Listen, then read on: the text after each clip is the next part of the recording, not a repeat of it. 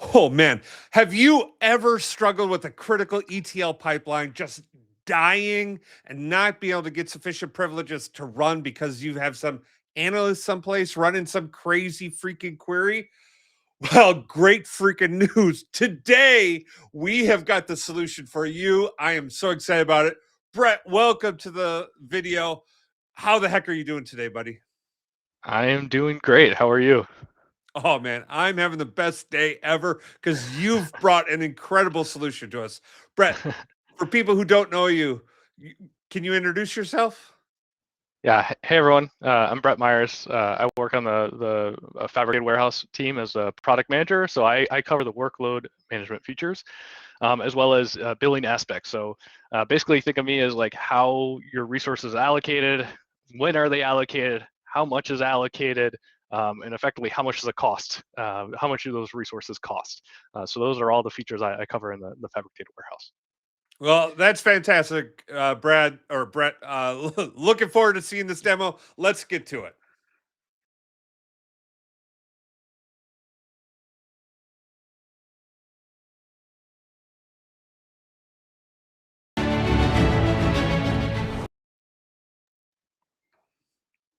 Okay, so what are we talking about here, Brett?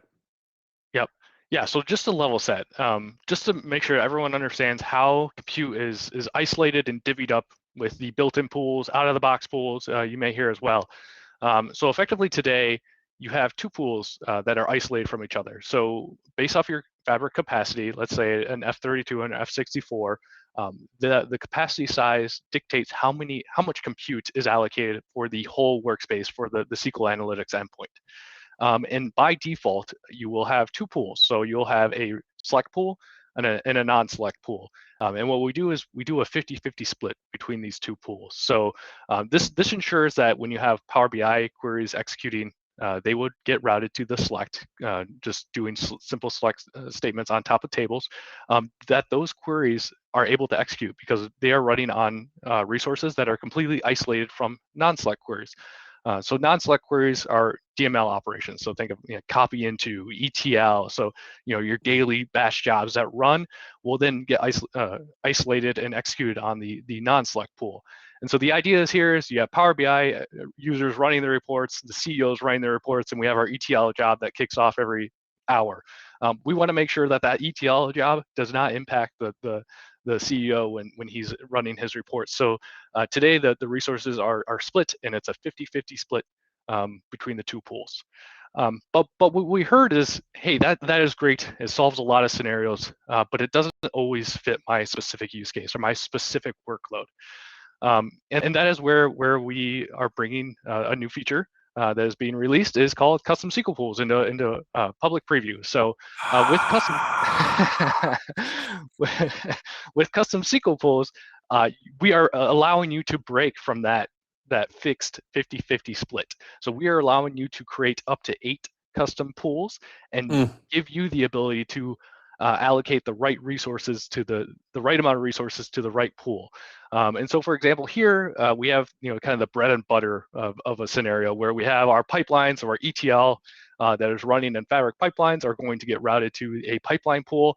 We are going to give 30% of the resources to that pool, so that ETL jobs and the pipelines are able to execute. We have our reports. So this is Power BI reports. We're going to give 60% of the resources so they can continue to execute. And then we're going to give an ad hoc pool. This is for users that are executing for, within, like, say, SMS. And we're going to only give them 10%. So that means that as someone writes a bad query in SMS, like a dev, they're running some test, they are going to not have no impact on top of reports or pipelines. So basically just a way to isolate resources, ensure things are able to execute. I love that. I love my analysts, but a lot of them are learning SQL, and this is everybody has to start somewhere with SQL, and that means some of the queries they're going to write aren't as performant as other queries, right? And be able to control how many resources they have is fantastic. So that's great. Brett, are you able to actually show us this, or is this just vaporware at this point? No, of course. Let's jump over to my laptop here. Awesome. So yeah, let's just start with the classic scenario. So here I am in the Fabric workspace. I'm going to go ahead and open up my warehouse. I have wide world importers data that has been loaded into this warehouse. I have a couple, I've scaled it. We have the original queries, but I have it scaled as well, just for demo purposes. But let's go ahead and execute the first query. So what we're doing here is we're going to simulate a bad actor. So we're going to go ahead and just kick this off. And so what this is doing is it's just running temp long running query, creating a table. Great. But you notice here we're doing an insert into table, which is looking good. Uh-oh. Now we're doing not one, but 3 cross joins, basically a million record cross join here on each record that's in this fact sales long running table. So as you imagine, this is a very, very expensive query. So let's demonstrate that, how the built-in out-of-the-box pools work today. So we have a long-running query. It's using up all the resources. Let's go ahead and run this query. So we're doing a row count from my fact sales table, and you say, hey, the results came back, 200,000 records. I thought you were using all the resources. And this is really where that 50-50 split comes in, right? Where we talked about, hey, the ETL job's running. We're able to run a select query. Results are able to come back. Power BI reports are able to run. The CEO is happy. The ETL jobs continue to run. But now let's look at another query. So we're going to do a simple create table, temp table from select star fact sales, 200 records, and you see it's running here. It's running a little longer than I would expect, and that's exactly what the query is doing. Is it's getting routed to that non-select pool, so it's getting ultimately blocked by that bad actor. So let's go ahead and kill that one, and then we'll run this last one here. So this last one here is something really small, right? We're just doing select one. That should be a second, right? Right. It should be extremely fast, but again, all the resources are being consumed by that bad actor. So everything is blocked from a DML standpoint. Any transformations, anything that's happening is being blocked. So that's an issue, right? And especially when we look at, for example, let's look at a pipeline, right? We're going to go to a very simple pipeline that we can execute. And so this should be like a classic pipeline, right? We're going to load some dimensions. Yeah, we're going to load a fact table, right? And okay. Super simple store procedures. Load city, load customer, employee, fact. Let's go ahead and run this. So this will kick off, and what we're going to see is we're going to see the same scenario, right? We're going to see the store procedures that are doing create tables as select from these really small dimension tables, and they're going to ultimately get blocked. Our ETL pipelines are stuck because we have that bad actor query running. So that's what you experience today. Now with custom SQL pools, what we allow you to do is, let's just jump over to another screen. So I'm going to bring over that same workspace here, and we're going to say, come over here to the workspace settings, and we're going to come over to data warehouse and SQL pools, right? And so now what I can do is, we're using the built-in pools today. I can set enable custom SQL pools. So this gives me a screen where I can create new pools, define a classifier type. So we have application name and application name regular expression. I'm going to go ahead and create a regular expression application classifier for this. I'm going to go ahead and create a new pool. I'm going to call this one ad hoc. I'm going to give it 10%. I'm going to give this one 90%. We're going to call this one pipelines.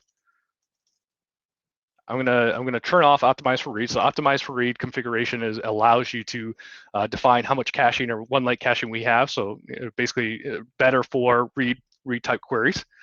So I gave it a pool name, set the classifier type, and let's go ahead. I have a regular expression here. You can make something simple. This one is looking at, if we look at it, it's data integration dash is looking for GUIDs. So every time a store procedure SQL query executes from the Fabric pipelines, it gets the data integration dash the GUID, the run ID of the pipeline.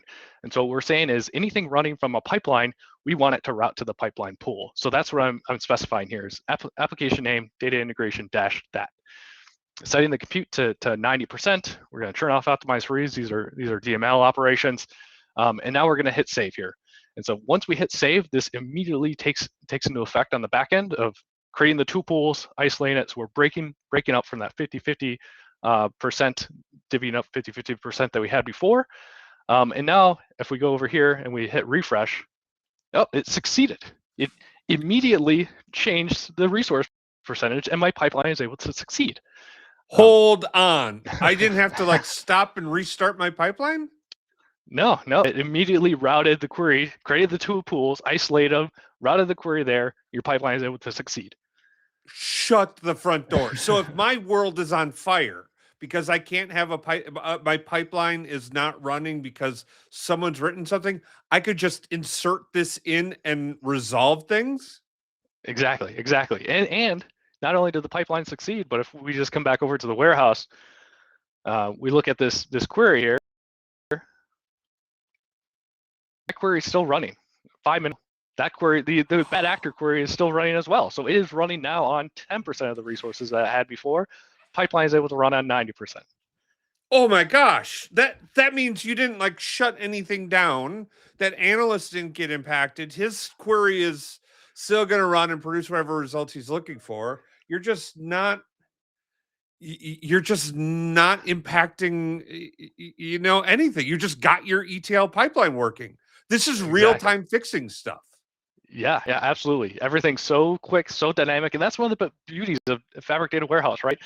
The allocation, the nodes, how dynamic and seamless we scale up and down throughout the query's execution, right? The steps of a query, whether it needs 100 nodes and the next step needs 20 nodes, everything's so seamless and dynamic. Custom SQL Pools just adds on top of that, right? Where we're defining isolation boundaries. You're defining, how much resources my query can actually use. This goes hand in hand with cost as well. When a query executes, like, hey, I want it to run as fast as possible, and it'll cost me $10 to run, or I want it to run it slower, ultimately still cost me $10, but I'm willing to say, hey, I have other concurrent queries I want to run as well. And so it's really just giving you control of the performance and cost of your queries. Brett, this is absolutely fantastic. Is this available now for people? Yes, it is available now in public preview. So it just released this week in public preview, and looking forward to collecting everyone's feedback on it. Hey, fantastic. Where can people submit feedback that you'll get? Yeah, you can always submit feedback to, you can reach out directly to me you can find me on LinkedIn. I'll be at FabCon. So if you're at FabCon, hit me up, give me feedback, but yeah, reach out directly to me, put it here in the chat. I'll look for the comments in the chat and reply back. Well, that's absolutely fantastic. Thank you so much, Brett. And thank you for tuning in today. Don't forget to like and subscribe, especially if you found this information useful. Leave that comment down below. Ask Brett those questions. We'll be watching and make sure you get those answers. Hey, and if you find this stuff like super confusing and like you need some help on this, don't worry, we got you. Head over to bakertilly.com/digital, click on the I need more information link, put my name in there, say I need help from Chris Wagner. Someone will definitively route that right over to me, and we'll make sure that you get this stuff taken care of. Otherwise, if you have faith and confidence in it, I've got faith and confidence in you. Check out these two videos right here to get you up to speed on everything in Fabric.